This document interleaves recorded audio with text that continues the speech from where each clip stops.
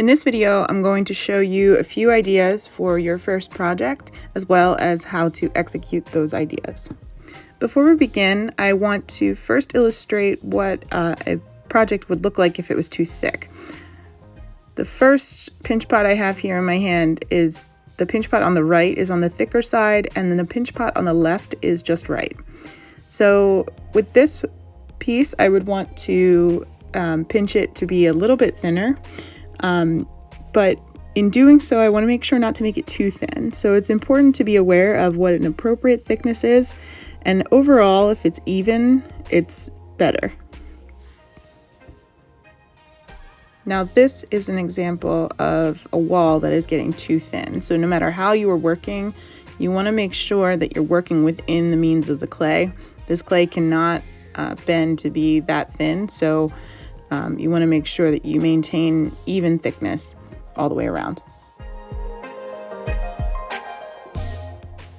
I also want to address that we can start over with the clay, especially if it's on the softer side.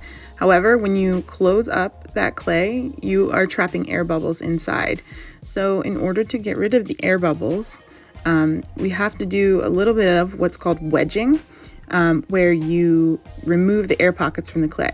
Wedging is done by putting pressure on the clay and forcing the air out. So you can see that I'm holding the clay at like a 45-degree angle, and I'm pushing kind of on that angle, and then I'm rotating the clay and pushing down again. So it's a process of rotating and pressing onto the clay in order to remove the air pockets or force them out.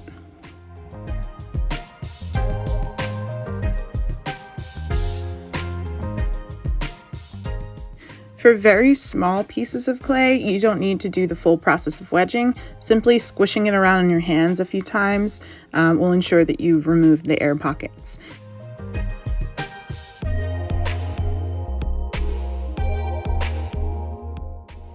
To attach two pieces that are wedged, you simply want to slam them together so that no air bubbles get trapped in between.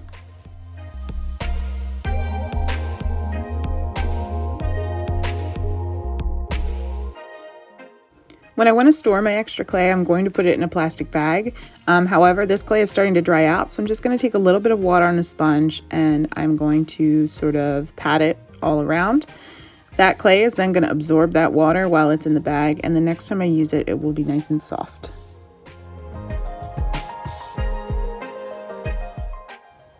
So the next thing I want to show you is a few options for your projects. You can take two pieces and attach them to make sort of a pedestal for a cup.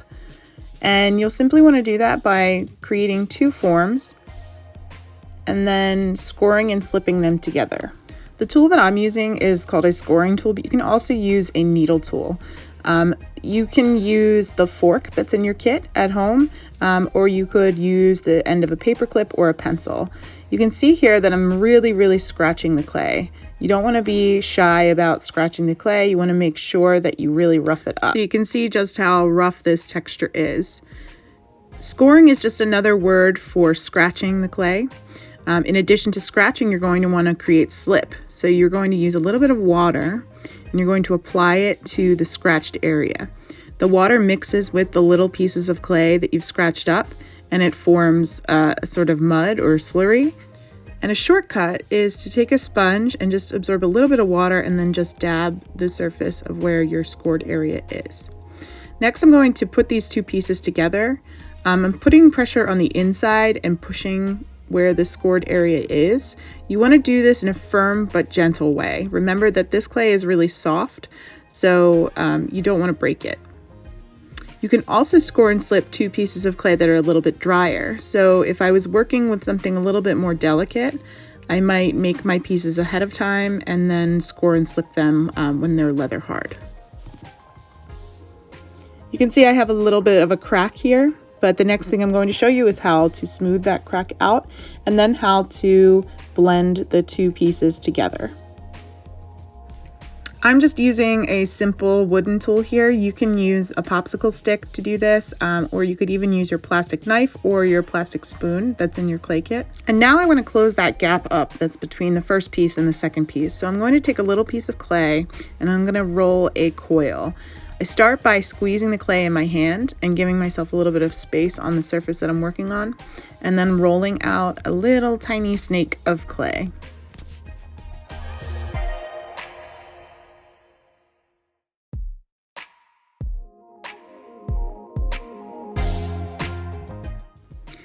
Because this area that I want to smooth is really narrow, I'm going to simply put water in that space, and I'm going to use the coil and wedge it into that area. I'm not scoring and slipping this because of how tiny it is, and because of the fact that the coil and the area that I'm adding the coil to are both wet, so they're going to force any air out.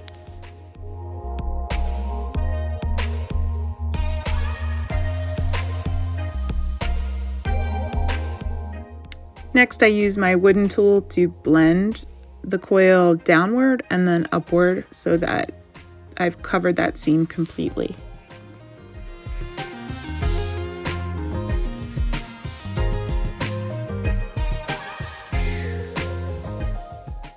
And I finish it off by smoothing it out, kind of spreading the wooden tool around like I'm spreading peanut butter on a piece of bread. Finally, I use my fingers to add any finishing touches or any final smoothing. And there you have it. Some of you may want to make a mug, so I'm going to show you quickly how to make a handle for a mug. So I simply take a chunkier piece of clay and I roll it around just like I rolled out my coil. This time though, I'm rolling a taper, so you can see the one side of the coil is thinner than the other. Then I take that coil and I sort of pat it down on the table to make it flat, and then I form it into sort of like a question mark.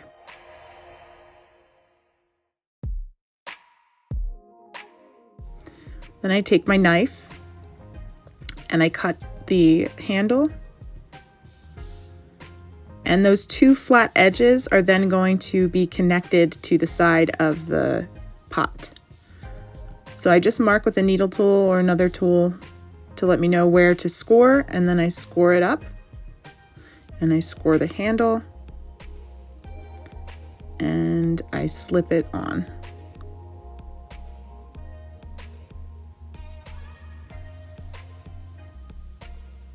It's always a good idea to reinforce your score marks with extra clay. But you can see that I'm blending it in well here.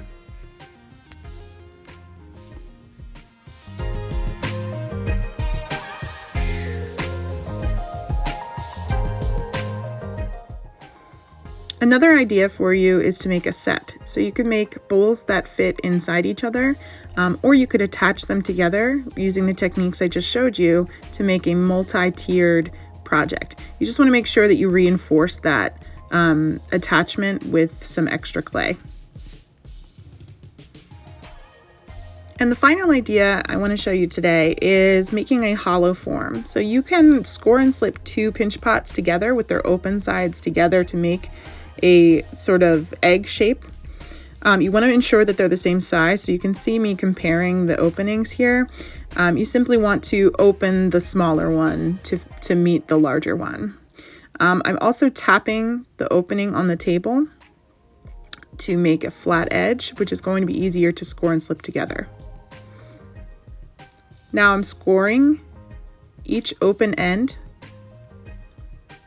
and slipping it together. So when I go to put these two pieces together, I want to start by only pressing the bottom edges together and then slowly rolling the two open ends together at once. It's going to take a little bit of effort, but then I sort of pack it together like a snowball. Now you'll see that I have a kind of an ugly seam happening. So the next thing I'm going to show you is how to get rid of that seam.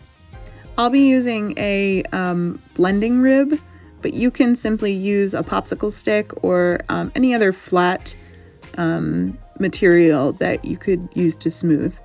So I'm blending up and down and back and forth to sort of try my best to get rid of that seam without adding clay. And then I'm going to add clay to fill in any extra gaps. So you can see the seam here. So I'm going to fill that in with a coil of clay. So I start with a little piece, I roll it out just like before, and I'm going to attach that to that seam.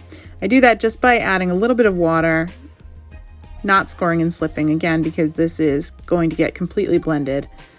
I put a little bit of pressure on it when I push it into the seam, but not so much that I go through the wall of the vessel. Then I use a tool to blend. I do not use my finger. You can use your popsicle stick for this, or you could potentially use your clay knife. So you can see how smooth the finished product is.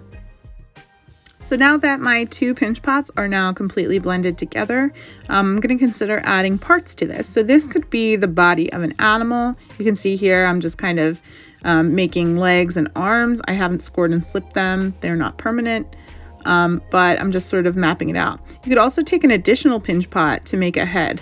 However, if you make an additional pinch pot or add any other parts, you want to poke a hole in the top or where the connection is going to be, so that that air pocket can travel through. That is also to say that you need to poke a hole in any hollow form so the air can escape. So if I'm setting up my legs and this animal is on all fours, I want to make sure that the hole is on the underside, so right underneath, so that you cannot see it. I simply take my needle tool or any other tool and I can kind of poke a small hole in the bottom of the form, remembering to score and slip any pieces or parts. So there you have a few options for your first project.